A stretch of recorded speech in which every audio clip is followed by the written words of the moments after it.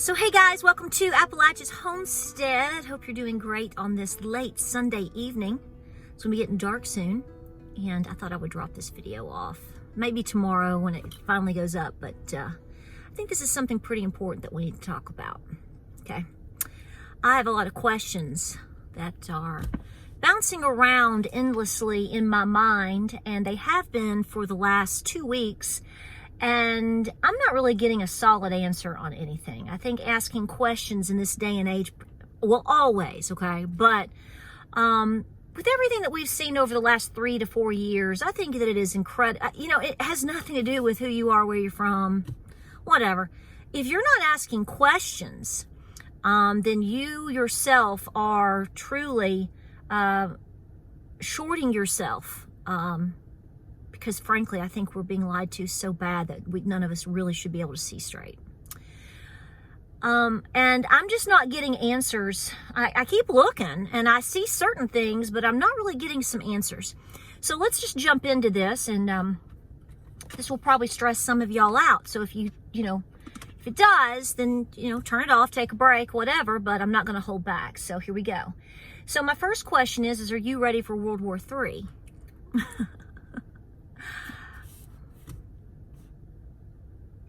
Are you prepared? Are you mentally ready for a World War III scenario? And the thing is we have no way of knowing exactly how this is going to fully play out. Is it going to be overseas? Will it be here? Will it be both? What all will be involved? So we have found out this afternoon that Lloyd Austin has pretty much given the order to prepare to deploy. I'm telling you this off the top of my head. I just saw the headline a little while ago. I'm gonna be cute. Not really. Did you vote for this? I really don't think most people that watch my channel at this point in the game probably did, but to the 1 or 2 people that might have, did you know what you were voting for? And are you ready to pack up your granola bars and your backpacks and your grandchildren when they need more people to, hang in there and fight, all that? Are you ready to go? Because I'm going to tell you what's going to happen.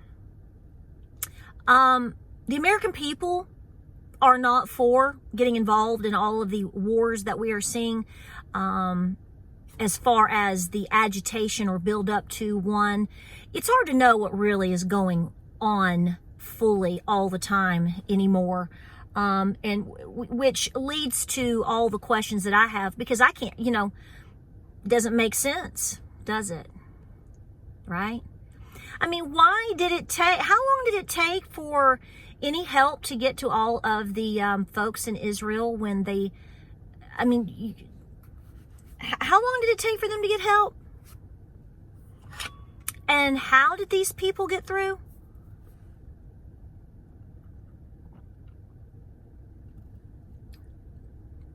Took an extra sip on that one. So I'm just saying, folks, I said this the other day, I'm going to say it again. They want you, they want me, they want us, they want our children, our grandchildren so bad in a war. I've never seen so much warmongering and war hawking in my life. And, it's so funny that, certain individuals like to, all the things that you all said, not you, but, whoever said, all accused Donald Trump of what you said he was going to do, which didn't happen.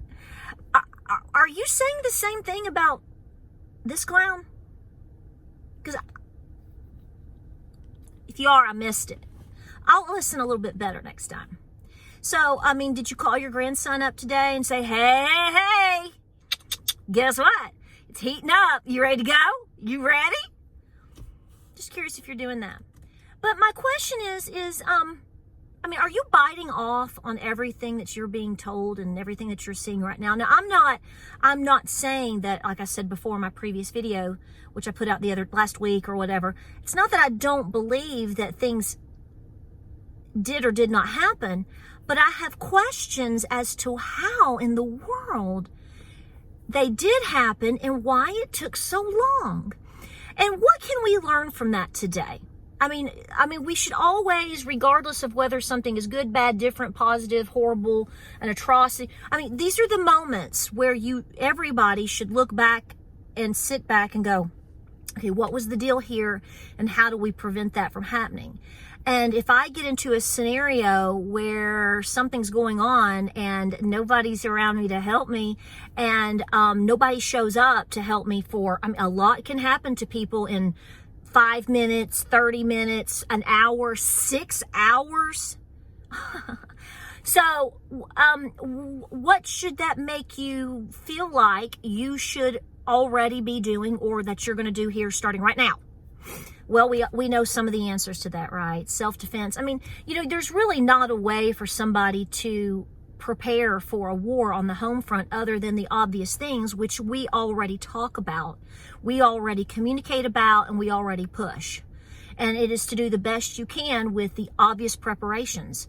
I mean, some of them might take a little bit of a switch up in terms of priority, but not necessarily, okay? You want to be able to thrive, survive, be in beast mode, and to protect you and your family. And in order to do that, you better get over all of your fears. I'm talking to my ladies out there. I don't really think most of you are in this category, but there's always one, and several of you have admitted it. And I get it. But you need to get over it fast. So the first thing that you need to do is to understand that it's going to get interesting, because if this continues to be the flag that is going to send everybody into a spun out world war, a lot of us like to mention, because we worry about it, the idea of a draft, because we understand that, we've got some issues with our military now. Why? What would ever, why?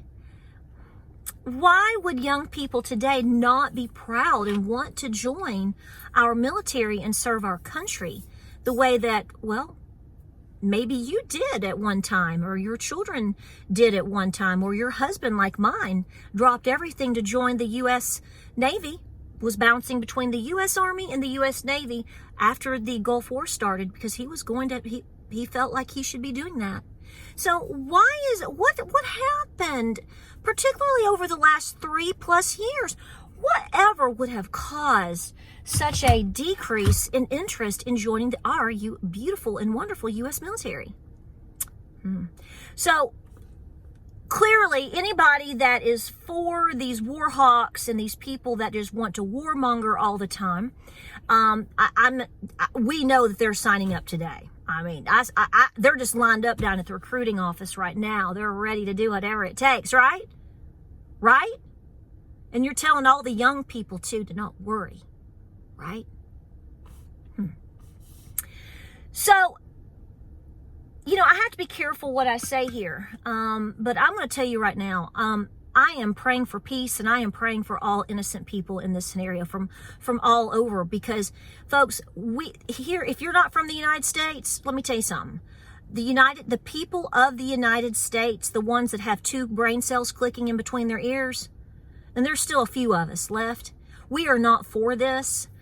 We are for taking care of our country and our home and letting you mind your business. So I always get a few people that, kind of like to say, well, what do you think about your military being here? And no, you don't get it.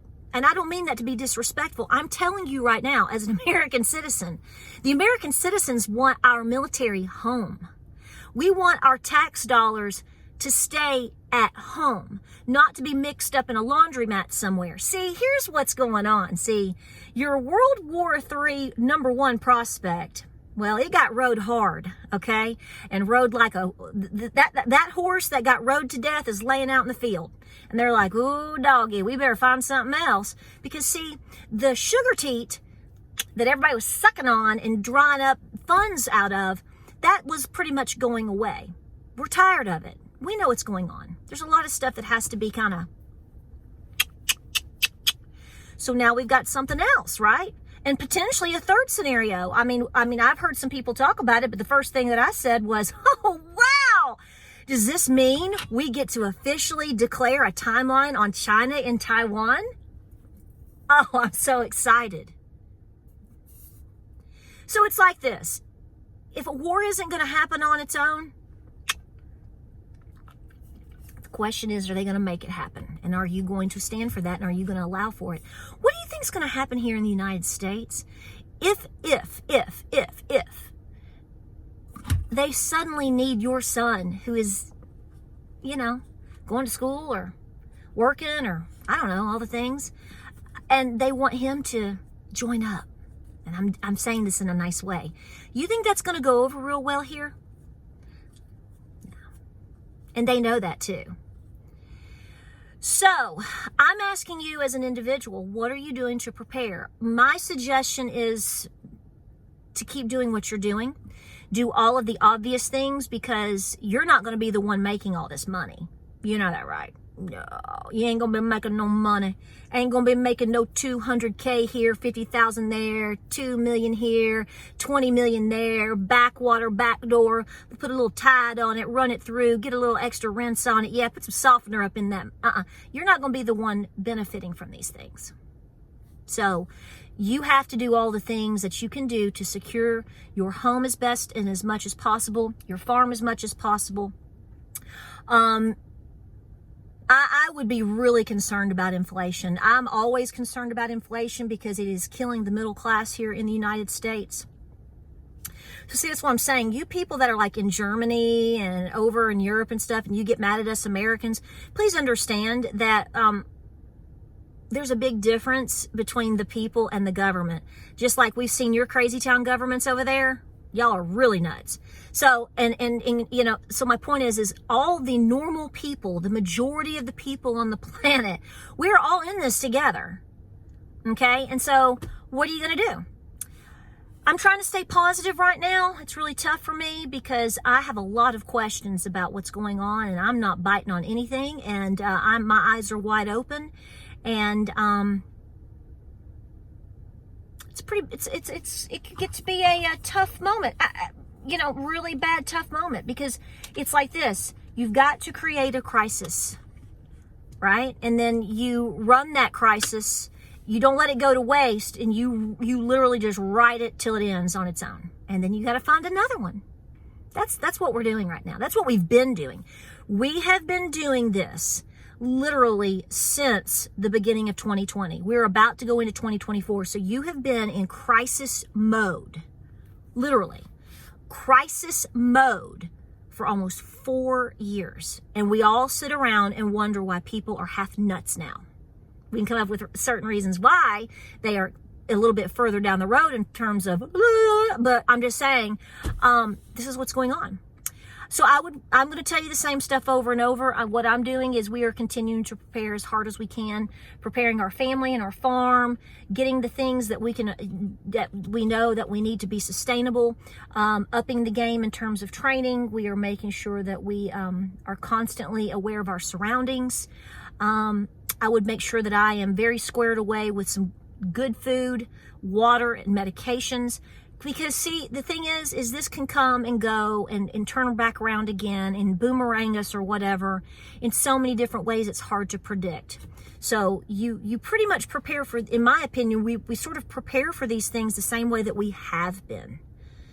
Just amping what we feel that we individually need as a family. Okay. And please be talking to your family and friends. If you are going to a church where they are not talking about these things, where they are not encouraging you to prepare, and in fact, if they just don't mention anything going on in the world right now at all, you need to find a different church. Maybe you just need to have home church. Because I know from my own personal experience and from many people like you who have written in and made comments and have said things, you're very displeased with what your church and your church body is doing with all of the things going on right now. And I can't blame you, because that's not the way it's supposed to be. Godly people are a prepared people. Godly people are a people that talk, and we have to call out unjustified wrongdoings, and we are right now witnessing one as we sit here and talk. if nothing else, I hope that all the things that you have seen just alone in the last 2 weeks has made you see that the next year that we are in, okay, up to the next election, we are in for a crazy ride. You know, what happens if we're in war within an election? There's another question. I'll let you answer it, right? Well, guys, I'm going to drop this video off. I'm going to get in here and do my barn chores for the evening, and I'm going to trim my rabbits. Their little nails are getting a little bit too long. Time to trim that up. We've gotten the big coop just about squared away. We're moving away with all of our chores. We're pushing into baby watch this week. We appreciate your love and support and prayers. Moms, memas, pops, you better be ready to stand up for your babies. You better be ready. Be preparing now. Because I'm going to tell you right now, the American public is not ready at all for a world war. Regardless of whether or not you want to say that we are already in it or not. I get that. But if it escalates and goes beyond anything that you've seen as of beyond this moment, and by the time I get this video uploaded, something may happen. You know how that goes. Do everything you can to prepare your home space for you and your family. That is how you take back your own personal control, at least initially. And you need to be doing it every single day. Okay? Every single day. I love you guys. I hope you're doing okay. We have a busy week coming up. It's going to be beautiful here in East Tennessee. Beautiful week, which means we're going to get super cold probably the following week. But I wanted to drop this off because I'm mad. I'm perplexed. I'm upset. I'm concerned. I'm angry. There's just so many things we could say. Please be prepared. Guys, I love you. Godspeed. Like, subscribe, and share, and we will see you on the next video.